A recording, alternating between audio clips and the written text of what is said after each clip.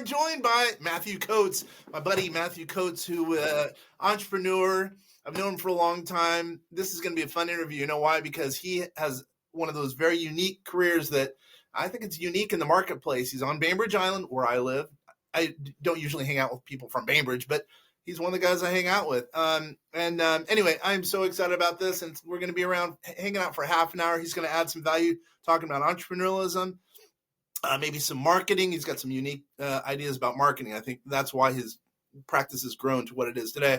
And then also cool design stuff. And I think he even has a new entity I don't know about. Matthew, what's up?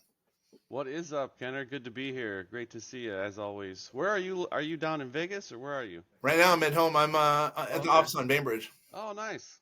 Awesome. Glad to have you home.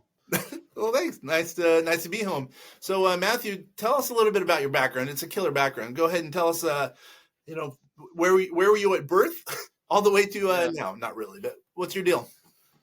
So originally I'm from northern Michigan. Grew up, raised there. Ended up going to college at Lawrence Tech down in Southfield, Michigan. Studied architecture. I'm an architect now. And I've had my own practice here in the Seattle area on Bainbridge for, Kenner, it's like 20 years, man. Yeah.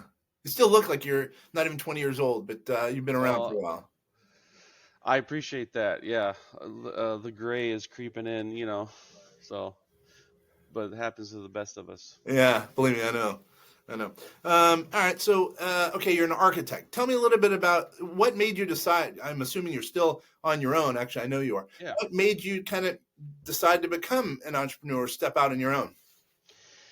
Yeah, I don't know. I think it takes a certain kind of person to want to take that risk. And it certainly is a leap of faith, but I've always sort of felt that I wasn't very employable. I never liked working for other people. I always thought, and I wasn't, sometimes I was right, sometimes I wasn't, but I always thought that I had a better vision, a better way of doing things, or better responses to challenges that we'd run into. And so it was hard for me to work for other people because I felt like I had better solutions than them and a better way of approaching things. And so whether that's true or not, I'm not sure, but that's really what prompted me to just be like, I need to just work for myself and follow my own vision, and took that leap of faith. And since I know we're here talking about entrepreneurialism, I think the biggest mistake that people who do go out on their own or try to start a company or try to start some business venture, the biggest mistake they made, and I was very careful not to do it, is that they do it kind of half-assed. It's like they try to keep one foot in and one foot out, and they're trying to, be really cautious about it because they don't want to take on any risk. Mm-hmm. And I think that's the reason that people fail is because they allow themselves the room to fail. I think if you really want to succeed, you really have to put yourself in a position where failure is not an option, where you have to succeed. And if you have to succeed, you will, because you'll do whatever it is you need to do in order to make that happen. Wow. It's kind of like, have you seen Hunt for Red October? Yeah. When what's his face? The Russian captain sends a letter home saying, "Hey, we're defecting." Yeah. He had to succeed. Ramius had to succeed. I get where you're saying. That's a very good point. There's no out. Yeah. I think you're right. I think, by the way, most of the people who are watching this, some are going to be from Bainbridge. Most are going to be from, outside of Washington State. They're entrepreneurs, usually real estate investors, a lot of real estate developers. I think that's a really good point what you just said. I think it's huge, actually. It's really big. Yeah. Thanks. All right. So would you say at any point you've said, oh, man, sometimes it's tough being an entrepreneur? What are your thoughts there? And how do you overcome that? Yeah, that's happened many points. I think for me, having been in my own, company, grown from like just me at a desk in my house to, 18 people, over the years, there've been lots of phases that we've kind of gone through. And some of those phases, the transitions between one phase to the next can be really challenging. You just run into some issues that, you didn't even think were there. And I think it's different every time, but the key is being able to adapt to change. I think that is the number one secret to success for any entrepreneur or business owner, is be ready to adapt to change. If you can't adapt, you'll die. I mean, it's true in nature and it's true in business as well. Things are constantly changing, things are constantly evolving, and you got to be ready and able to move and shift and change. We saw that happen. Like, here's some good examples. Like when the pandemic hit, we saw how some restaurants and food service companies totally changed their delivery model. You know, they moved to takeout, or they did a little kiosk in their parking lot, or what. Some even changed the type of food they offer. And those restaurants survived, but the ones who just couldn't figure it out, they're gone. You know, and that's a perfect example. I think being able to adapt to change is critical. And in my business, you know, the one thing that I'm all over right now is artificial intelligence. What that's going to do to my business. You know, there's a lot of architects and other businesses as well, or not businesses, but other avenues like music. I have a lot of people I know in the music business. I know people who are attorneys. I know people who are writers.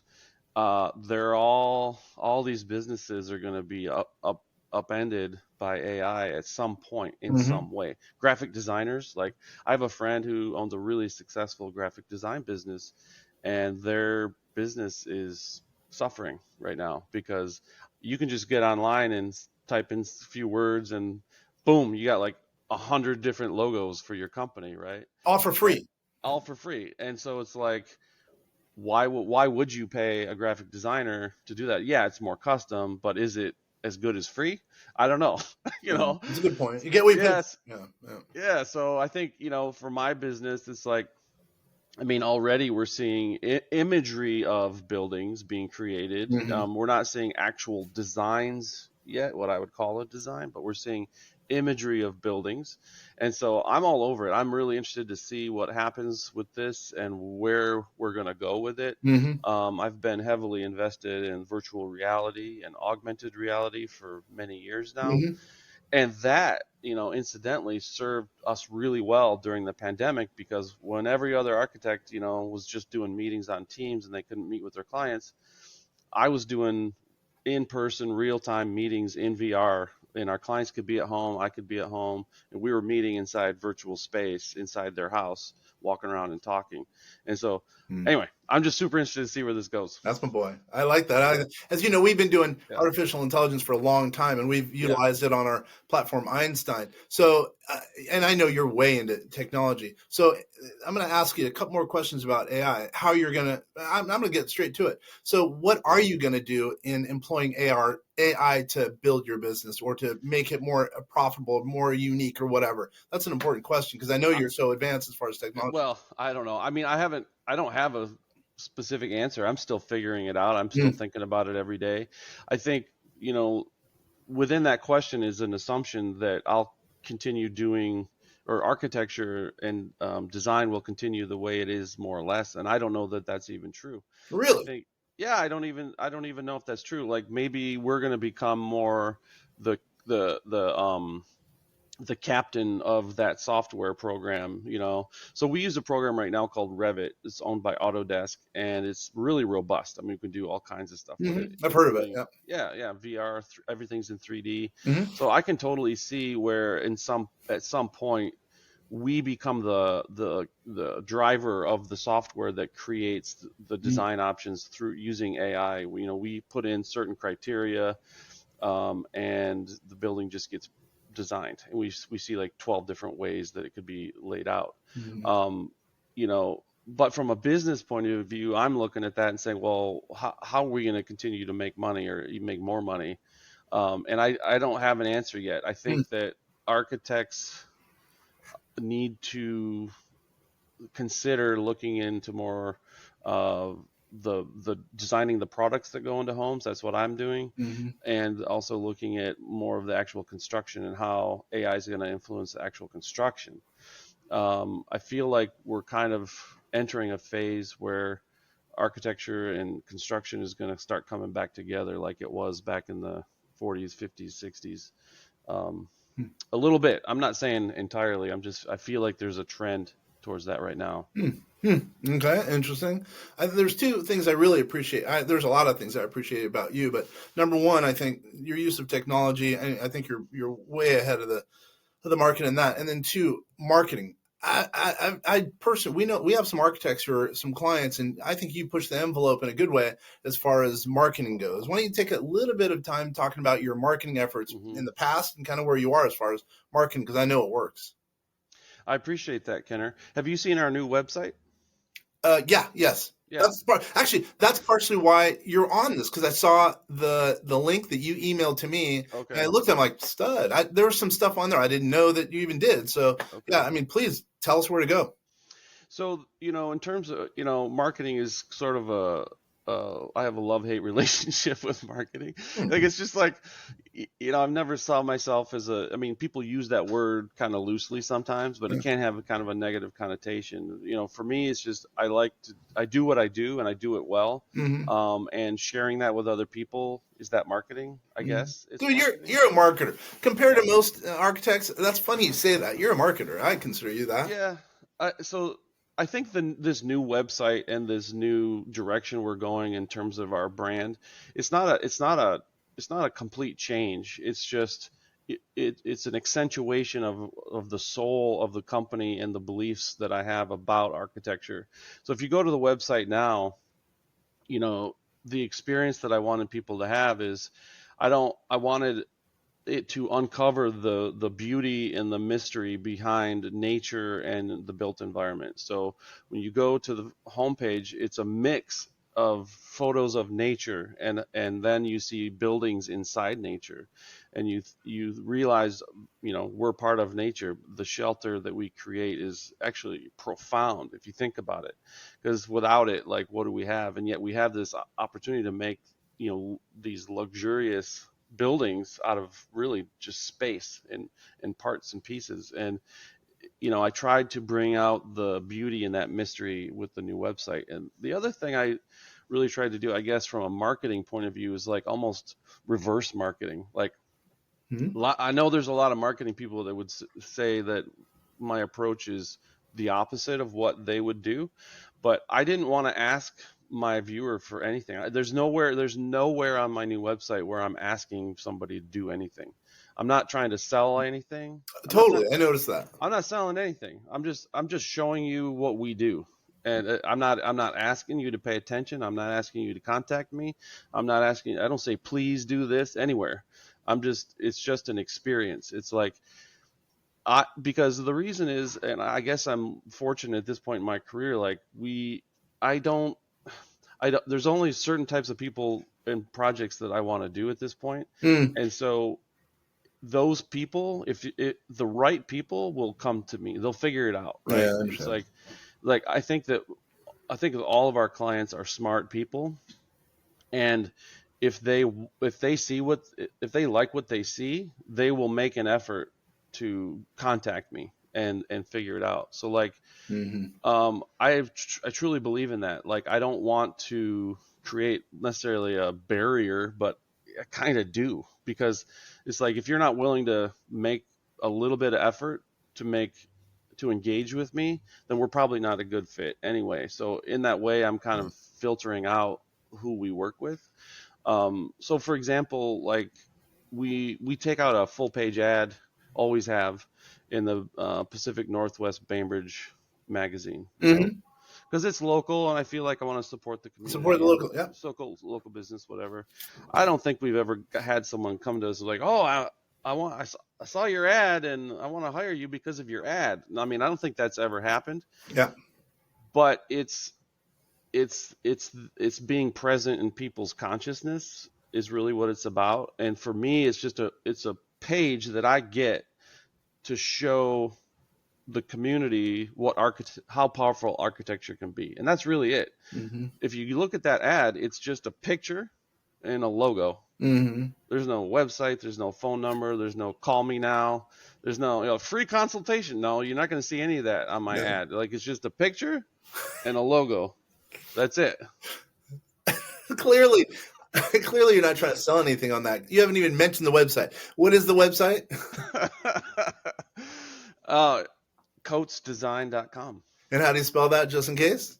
It's my name. Coates, Coates. It's right there on the screen. Isn't it in the lower left? It says Matthew Coates. It's like Coates. Dude, I don't know. Some of the people might actually, the one person watching or listening to this podcast might say, "Oh, I want to use some of his services. He's the man." So yeah, absolutely. That'd be awesome. So yeah, coatesdesign.com. Thank you for asking. Yeah, right. I mean, even if you just want to see an interesting website, like check it out, because I when we designed it, I worked with a really awesome company. Their name is at the bottom there, and I interviewed probably a dozen different web design companies, because there's tons of them out there, and I tried to scare them. What do you mean by that? That's pretty funny. Well, I tried to set the bar so high that most people would just not even try to jump it. You mean to work with you? You mean? Yeah. So I said to all of them, I said the same thing. I said, I don't want you to come to a meeting with me and ask me or show me a bunch of other architects' websites and ask me which one I want to be like. Like, if you do that, it'll really piss me off. I said, what I want to do is you can go ahead and inform yourself about what's out there in terms of design, but I want to completely leapfrog every other architect that's out there, every other designer, I want this experience to be something completely different, something completely new that's never been done before, as much as possible.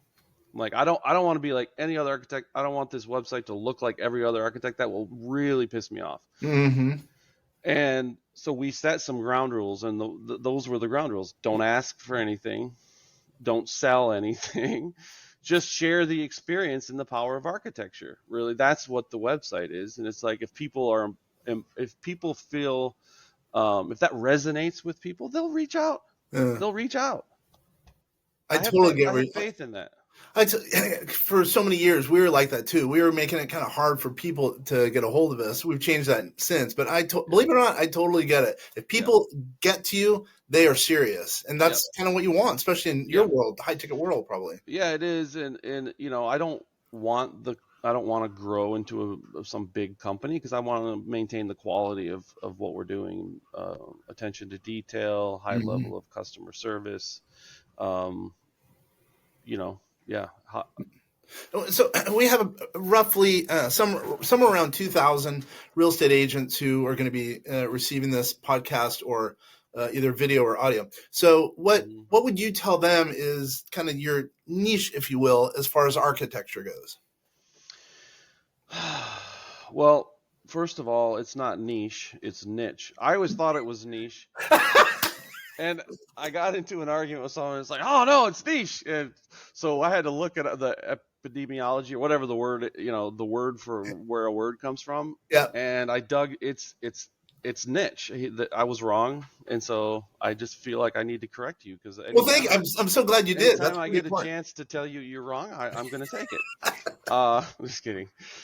Did you see my dog back there? Let me see in the video. Well, can you point the camera a little bit? He's taking a nap. Ladies and gentlemen, that might be the biggest dog I've ever seen, and it's a gentle young lad. Yeah, he's a Great Dane. Anyway, what was the question? What was my niche? Or niche is said incorrectly, yeah. So, boy, I don't know that I have a niche other than just being thoughtful, careful listener, translator of vision. I can design anything.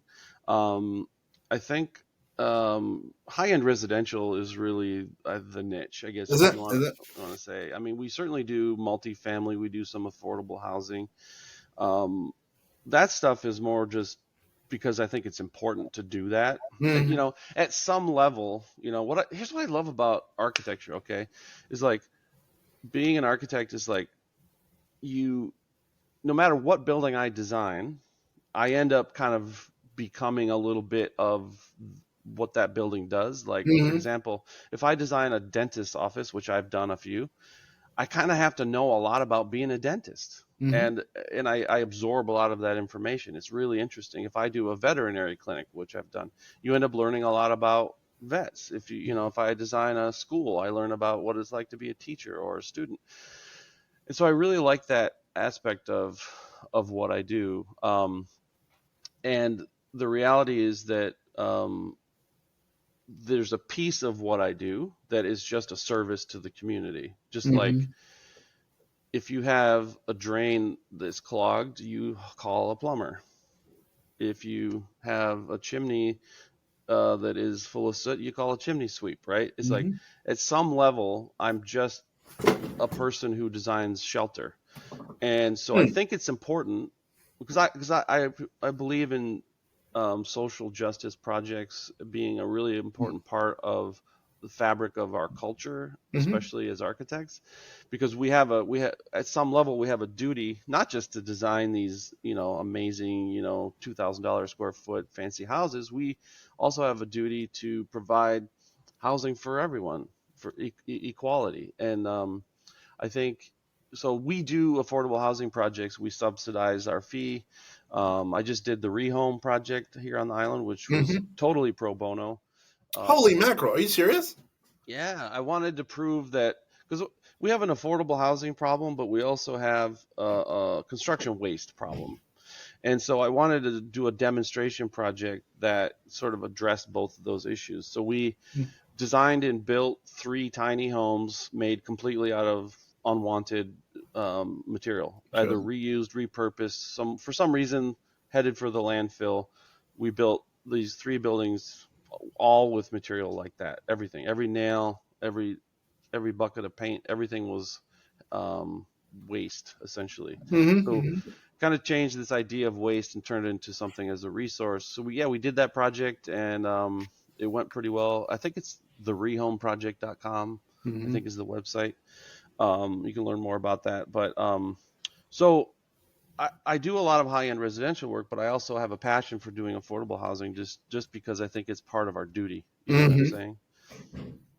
Dude, you're a good guy. You really, you're you're a salt of the earth Kenner, type of you're guy. not so bad yourself. Nah, I don't care what people say about you. I don't care. I don't listen to them. nice. We have about 5 minutes left. I don't want to take too much of your time. How about this? What would you say to an Yeah. entrepreneur? Cite one thing you would think you would have done differently now that you've been in business for a while. What's one thing you wish you would have changed now looking back? One thing I would have changed. I don't know. I would change anything. I mean, I Ooh. think you have to learn the lessons you're going to learn. And, I've always been that way. Me personally, I've always been, people can tell me stuff like, oh, you don't want to, but the reality is I've always been the person that has to experience it myself. Mm-hmm. I mean, I don't know. I mean, I could say I want to work harder, but I work pretty hard as it is. Mm-hmm. Um, Maybe I don't know. I can't really think of anything. I mean, I've been fortunate that we've been, pretty successful. I do what I love to do, which I Mm-hmm. think a lot of people can't say that. Um, I don't think there's anything I would change. Yeah, you're a blessed guy. I would say that from the outside looking in. I know you well enough. I could say you're a blessed guy. You got a great family, got a great dog. Yeah, You got some good friends. I You appreciate got a it. good life. There's no doubt about that. There was one thing that okay, if I have a sales pitch, is this little thing I want to talk to you because you have a lot of real estate people. So Oh, I love. 93% Oh of our clients and prospects are real estate investors. We have yeah, 12,000 people at least in our database. So yeah. yeah. So I love real estate. I don't know. I think you know that, but we work a lot with realtors that I have personal relationships with. That like if they have a client who's like on the fence about buying a property for whatever reason, and they think there might be a project there for me, Mm-hmm. and it's significant. Like I'm not talking about like some little bathroom remodel. I'm talking about like it's potentially a significant project, and their client's kind of on the fence. I tell them just call me. I'll come out, walk the property with them. I'll wave my hands. I'll give them a vision, and I will get them over the fence. Like, and I do it. Because I can immediately walk into a space and see something, right? I know if a place has potential. I can talk about it in a way that people understand and really translate what might look like a dilapidated building or an empty piece of property, and we talk about a vision that can get people excited. And so I do that for realtors all the time. And Well, I'm happy to do it for people who think they have a significant project that there might be something there, to team up on, I guess. let's unwrap that a little bit. We only have a Yeah. minute, but so wait a minute. What does that mean? By the way, most of our clients are all over the country. Very few Yeah, are. it doesn't matter. So are We you work. saying you could do that virtually? Yeah, I do it all the time. I just did a 6-unit condo project for some guy in South Carolina. I never met him. I mean, we talked on, we do work all over the world. Actually, we just designed a little cool project in the Philippines. Mm-hmm. But yeah, these days I can work anywhere. We just work virtually. It doesn't matter. Do it Okay. all the time. Okay, then I'm glad you mentioned that because I'm not kidding. Yeah. We have a lot of people in our database. A lot of people who are going to get Oh, this, that's and cool. hopefully, so and Yeah. most of them. I mean, we have off the top of my head as part of our quasi team, 1,800 real estate agents, independent real estate agents. Yeah, So so the way what that would look like is basically I'll look at the listing, right, the MLS. I'll look at the pictures. I'll look at it online.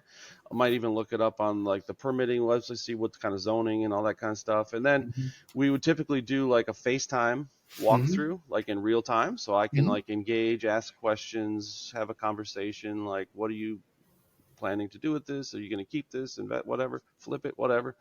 And so what we would do like a FaceTime walkthrough. If it's close enough, I will always go there. If it's on Bainbridge or in Seattle, I just go and do it in person. But I mean, it's so effective. I mean, it's just as good as being there, honestly.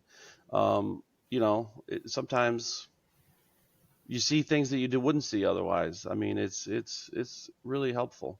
So I can totally do that and get a really good vision for what's going on. I mean, obviously, the more information I have, the better, right? If there's a survey, if there's structural analysis that's been done.